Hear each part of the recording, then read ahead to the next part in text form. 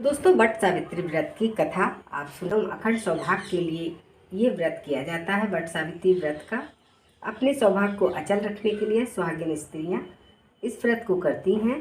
सत्यवान और सावित्री की कथा के पर्व में गहरा संबंध है, क्योंकि सत्यत्व और तप के बल से अपने मृत पति सत्यवान को यमराज से जीतकर पुनः जीवित कर लिया। यही कारण इस व्रत का नाम वट सावित्री पड़ा। शास्त्र दोस्तों, वट सावित्री व्रत की कथा।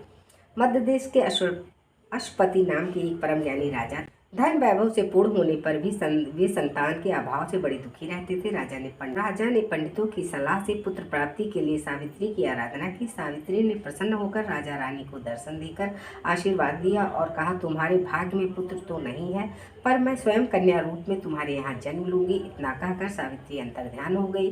कुछ समय बाद रानी के गर्भ में साक्षात सावित्री का जन्म हुआ। राजा रानी ने उनका नाम सावित्री ही रखा। सावित्री सर्वगुण संपन्न थी। वह चंद्रमा की कला की समान नृत्य प्रतिदिन बढ़ने लगी। जब वह विवाह योग हुई, तुम अपने लिए योग्य मनचाहा वर ढूंढ लो।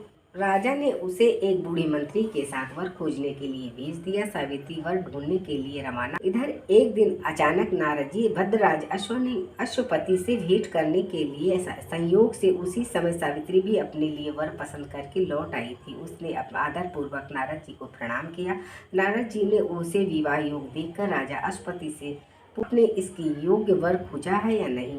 राजा ने बताया कि मैंने सावित्री को वर खोजने के लिए भेजा था। वह अभी लौटकर आई है और अब वह वही बताएगी उसने अपने लिए पति रूप में किसको पसंद किया है। राजा की बात सुनकर नारद जी ने सावित्री से पूछा, तुमने किस वर के साथ विवाह करने का निश्चय किया। सावित्री ने परम विनम्र होकर हाथ जोड़कर निवेदन किया और महाराज राजा घुमतसेन का राज रुक्मिणी ने छीन लिया और अंधे होकर रानी के साथ वन में रहते हैं। उनके मात्र एक पुत्र सत्यवान को ही मैंने अपना पति बनाने का निश्चय किया। सावित्री के ऐसे कहने पर नारद जी ने अश्वपति से कहा कि आपकी कन्या ने वर खोजने में निसंदेह भारी परिश्रम। वास्तव में ही एक सत्यवान गुणवान और धर्मात्मा है। वह कन्या रूप और समस्त शास्त्रों का ज्ञाता है, पर वह अपने माता पिता के समान सत्य बोलने वाला है। इसी कारण उनका नाम सत्यवान हुआ। मात्र सत्यवान भी सभी गुणों का भंडार है। वह सब प्रकार से सावित्री योग्य है। वह सब बातों को में सावित्री के साथ रहने की क्षमता रखता है। इतना होते हुए भी उसमें एक दोष है, जिसके सामने ये सब गुण फीके पड़ जाते हैं। वह अल्पायु है और विवाह के उपरांत 1 वर्ष की समाप्ति पर उसकी मृत्यु हो जाएगी। नारद जी के मुख से ये वचन सुनकर राजा अश्वपति का चेहरा उदास हो गया और उसके मधुर स्वप्न नष्ट हो गए। नारद के वचन कभी मिथ्या नहीं हो सकते थे। ऐसा विचार करके उन्होंने सावित्री को समझाया कि ऐसे छेड़ायु व्यक्ति के साथ विवाह करना कल्याणकारी नहीं है, इसलिए कोई अन्य वर और पसंद कर लो। पिता की बात सुनकर सावित्री, कोई भी संकल्प पहले मन में आता है, फिर वाणी से कहा जाता है, कहने के पश्चात उसे करना ही होता है, चाहे वह शुभ हो या अशुभ हो। मैंने जिसे एक बार अपने मन से पति स्वीकार कर लिया, वही मेरा पति है। अब मैं किसी दूसरे का वर्ण नहीं कर सकती हूँ। राजा एक ही बार आज्ञा देता है, पंडित एक ही बार प्रतिज्ञा करता है और कन्यादान भी एक ही बार होता है। जैसा भी है, वह अब मेरा पति है। मुझे उसके दीर्घायु या अल्पायु होने का कोई हर्ष या विषाद नहीं है। अब मैं अन्य पुरुष की बात क्या, देवराज इंद्र को भी स्वीकार नहीं करूंगी, क्योंकि शक्ति मुझे मेरे निश्चय से नहीं डिगा सकती है। मैं पुनः दृढ़ता पूर्वक कहती हूँ कि सत्यवान ही मेरा पति होगा। सावित्री का ऐसा दृढ़ संकल्प सुनकर नारद जी ने राजा अश्वपति को सम्मति दी कि तुम सावित्री का विवाह सत्यवान के साथ ही कर देना चाहिए।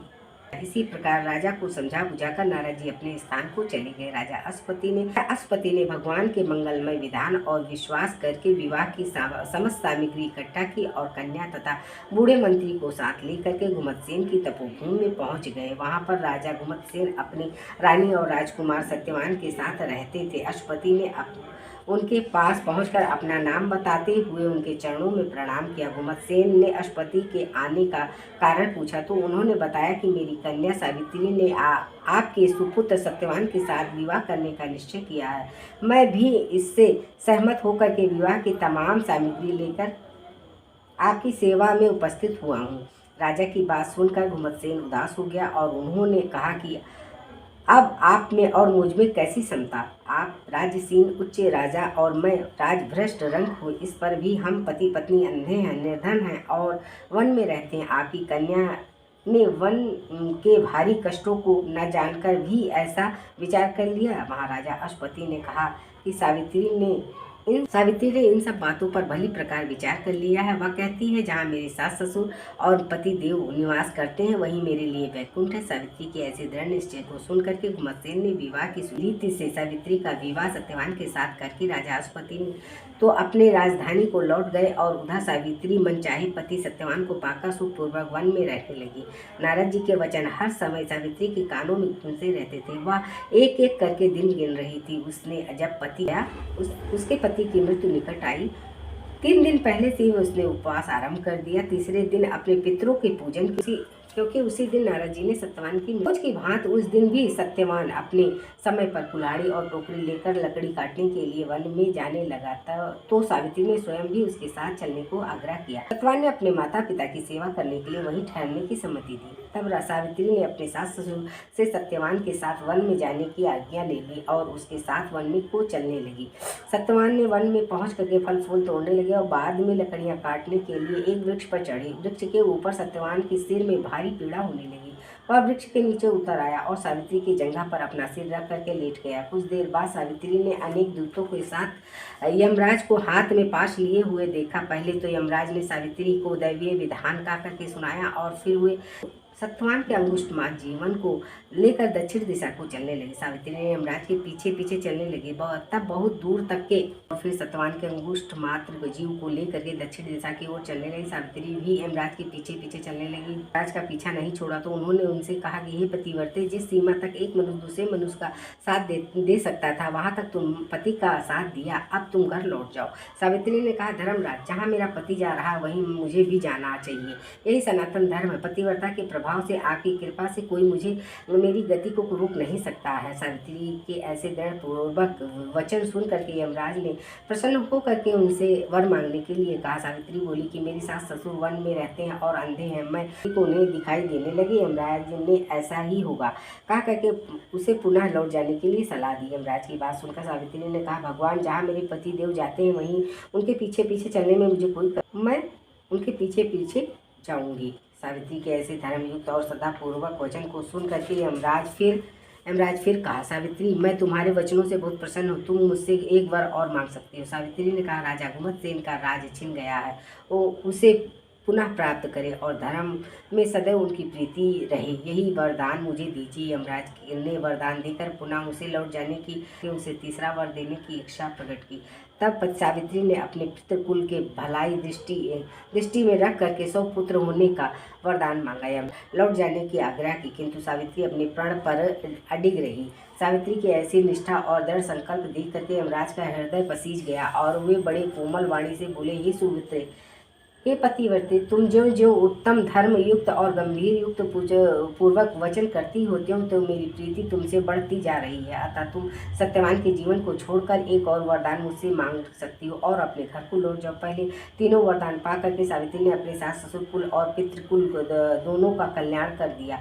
अब केवल अपने ही भलाई का प्रश्न सन्मुख था। पति परायण नारी को अपने पति के आयु वृद्धि के अतिरिक्त और क्या फल की कामना हो सकती है। यही सोच करके सावित्री ने सत्यवान के 100 पुत्र होने का वरदान मांगा। सावित्री के ऐसे दृढ़ पूर्वक वचन सुन करके श्री यमराज बहुत संतुष्ट हुए और उन्होंने उसे भी सत्यवान को पाश से मुक्त कर दिया और कहा, सत्यवान से तुम्हें 100 पुत्र होंगे। सावित्री को मनोवांछित वरदान देकर यमराज वहीं अंतर्धान हो गए और वह घर लौटकर वट वृक्ष के नीचे आई। वट वृक्ष के नीचे सत्यवान के मृत शरीर को पड़ा हुआ था। तभी उसने जीवन का संचार हो गया और यह उठ करके बैठ गया। सावित्री ने सत्यवान से सारा वृत्तांत का सुनाया और फिर वे दोनों खुशी खुशी आश्रम की ओर चलने लगे। सत्यवान के माता पिता को दृष्टि प्राप्त हो गई और सेवा परायण पुत्र वधु को न देख करके अत्यंत दुखी हो गए। तभी सावित्री सत्यवान वहां आ पहुंचे। सारे देश में सावित्री के अनुपम पतिव्रता का समाचार महाराजा घुमतसेन को ले जा करके आदर पूर्वक राज सिंहासन पर बैठा दिया। सावित्री के पिता अश्वपति को 100 पुत्र की प्राप्ति हुई और सत्यवान ने 100 पुत्र को प्राप्त करके दीर्घायु तक राज्य भोग कर और अंत में वैकुंठ सिधारे। प्रत्येक सौभाग्यशाली स्त्रियों को यह व्रत अवश्य करना चाहिए, जिससे कि उसके पति की दीर्घायु और गृहस्थी में सभी प्रकार के सुख भगवान की कृपा से बने रहते हैं। बोलो भगवान सत्यवान और सावित्री की जय, वट वृक्ष की जय, बोलो भगवान विष्णु की जय। ओम नमो भगवते वासुदेवाय। दोस्तों, अगर आपको मेरा ये कथा अच्छी लगी हो तो आप मेरे वीडियो को लाइक करें और चैनल को सब्सक्राइब करें। धन्यवाद।